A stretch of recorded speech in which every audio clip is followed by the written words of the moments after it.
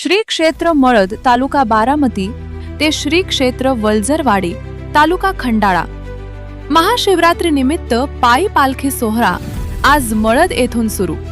दिनांक 10 फेब्रुवारी रोजी श्री क्षेत्र मळद येथून सालाबाद प्रमाणे जय गिरणारी पायी पालखी सोहळा सुरू झाला असून आजचा मुक्काम बारामती मेहुल कुमार गुजर सेठ गुजर इस्टेट हरिकृपानगर येथे होणार आहे।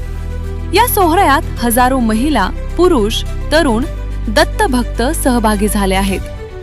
हरिकृपानगर येथे हजारो दत्तभक्तांचे उपस्थित घोड्याचे पहिले रिंगण पार पडले।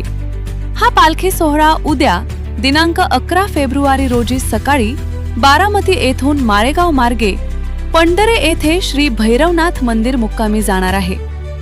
दिनांक 12 फेब्रुवारी रोजी पंढरे येथून कोराळे वडगाव निंबाळकर मार्गे श्री क्षेत्र सोमेश्वर करंजे येथे मुक्काम होणार असून तिथे घोड्याचे दुसरे रिंगण होणार आहे।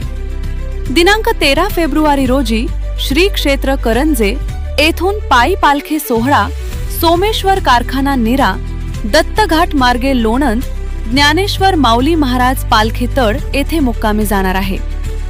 दिनांक 14 फेब्रुवारी रोजी लोणंद येथून हा पालखी सोहळा MIDC लोणंद मार्गे भैरवनाथ मंदिर वाघोशी येथे मुक्कामी जाणार आहे। दिनांक 15 फेब्रुवारी रोजी वाघोशी तालुका खंडाळा येथून दियातील मारुती मंदिर येथे महाशिवरात्री एकादशी निमित्त फराळ होणार आहे। हा पायी पालखी सोहळा श्री क्षेत्र वलझरवाडी क्षेत्रावर संध्याकाळी 5 वाजता पोहोचणार असून तिथेही घोड्याचे उभे रिंगण व तिसरे गोल रिंगण होणार आहे। हा सोहळा मजल दरमजल करीत श्री क्षेत्र वलझरवाडी येथे हजारो दत्त भक्तांचे उपस्थित पोचणार असून तिथेही महाशिवरात्री एकादशी निमित्त रात्री 12 वाजता बेलफुले वाहण्याचा कार्यक्रम नियोजन असते। त्यानंतर श्री क्षेत्र वलझरवाडी येथे जय गिरणारी दत्त दत्त नवनाथ नामघोषात दत्त नवनाथ गिरणारी टेकडीला 3 पालखीच्या प्रदक्षिणा घातल्या जातात आणि सकाळी 7 वाजता महाप्रसाद देण्यात येतो।